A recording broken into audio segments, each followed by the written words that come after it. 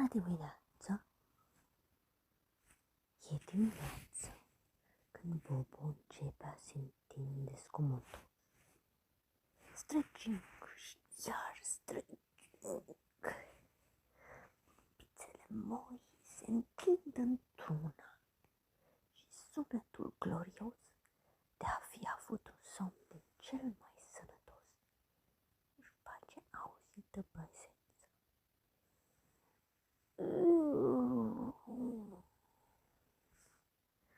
Dacă ți este greu să te trezești, Bobo îți poate arăta cum să ai dimineața perfectă. După un somn de 8 ore, corpul își cere nimic altceva decât să-i se refacă rezerva de energie, adică stomacul este gol.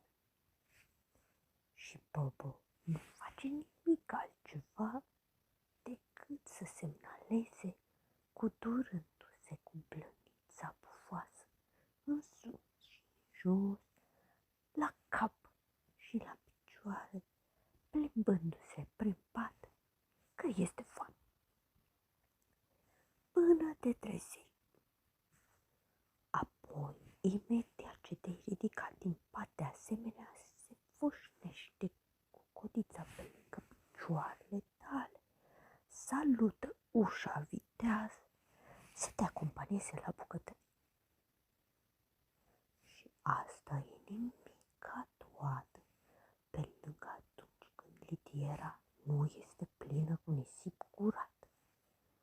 Tânjește plângând zgomotos după nisipul curat, patinând cu piciorușele toate păturile, în speranța că îi va așeza și lui cineva o pătură de nisip curat.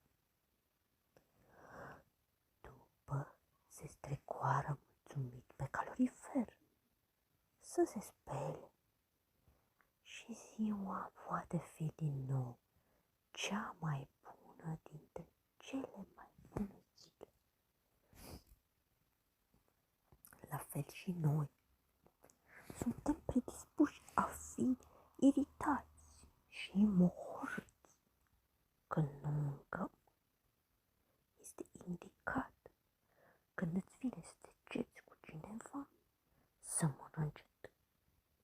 Și apoi cearta se va diminua de la sine. Iritarea va scădea și vei fi mai limpede să rezolvi conflictele pe o cale amiabilă. Dacă ți este greu să te trezești dimineața, gândește-te în continuu la pisicuță. Ea este foame și acesta e ceasul lor cu alarmă. Gândește-te la foamea ta.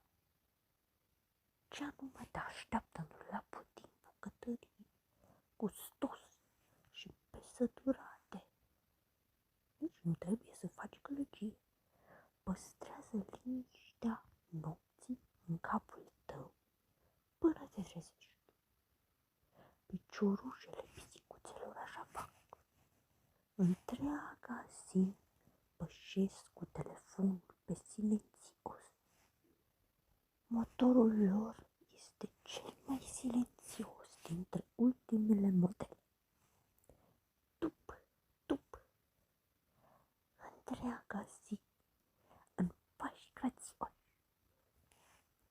Așadar, să ne trezim și noi pendelete și să dăm atenție nevoii de a ne încărca cu un mic dejun sănătos.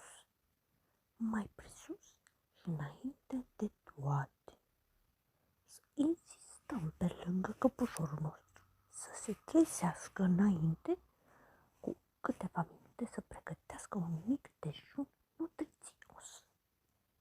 Să insistăm pe lângă piciorușele noastre să se deplaseze decis și prompt, căci ne